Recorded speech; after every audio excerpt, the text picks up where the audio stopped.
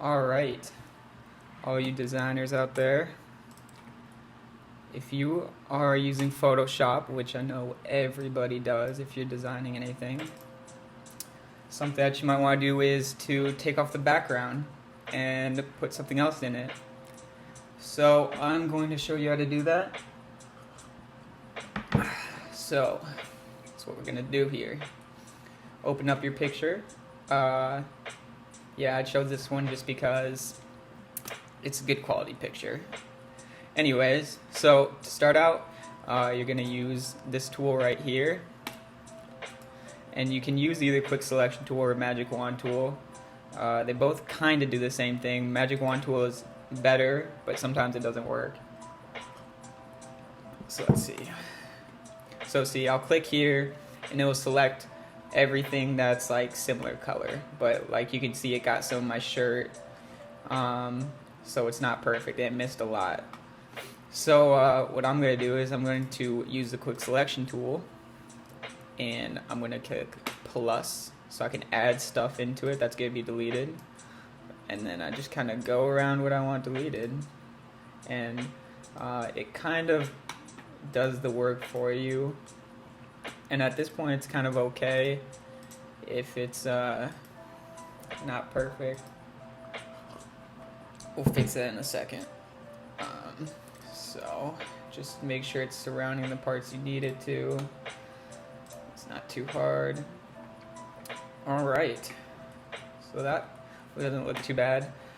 There's some spots right here that I need to make sure are not deleted, so I'll click on the minus part and then I'll go over them so they're not getting deleted. I want my arm in there, so get that. So just make sure everything is good. I'm cutting off the hand because I'm cutting it off at the waist. Oh shit. Anyways, good thing there's a step backwards option. So yeah, let me just get this cleaned up here. Give me my ear. That's good enough. Alright, so you got the selected parts.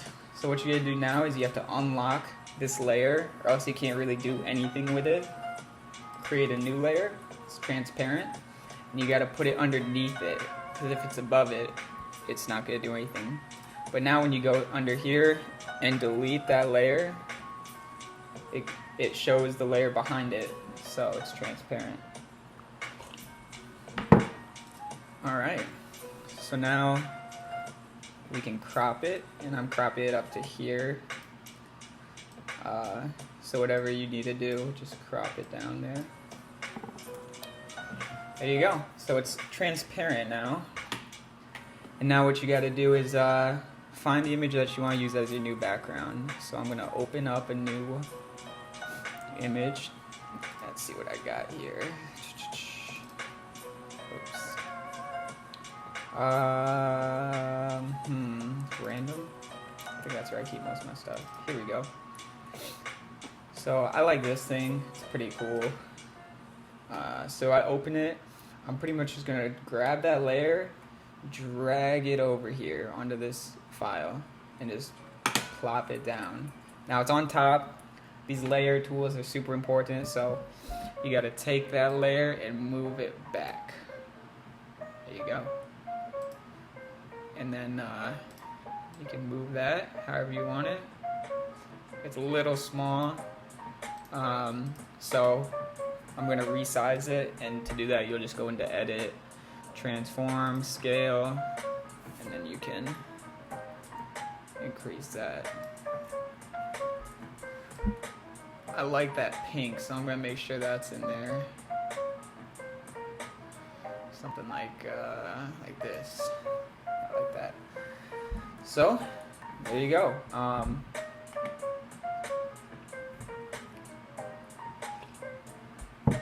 Have a cool looking image. To finish it off, I always would go right click on this, merge visible, so it takes everything and makes it into one layer so you don't accidentally mess it up once it's done. And then if you want to, just do some adjustments to it. So you can do, I always, in most of my images, do curves, auto curves, and I also do levels and auto levels, and it just kind of, you know, makes the image a little nicer for you to look at. So yeah, now all you gotta do is export it and, you know, play around with different images. You're good to go.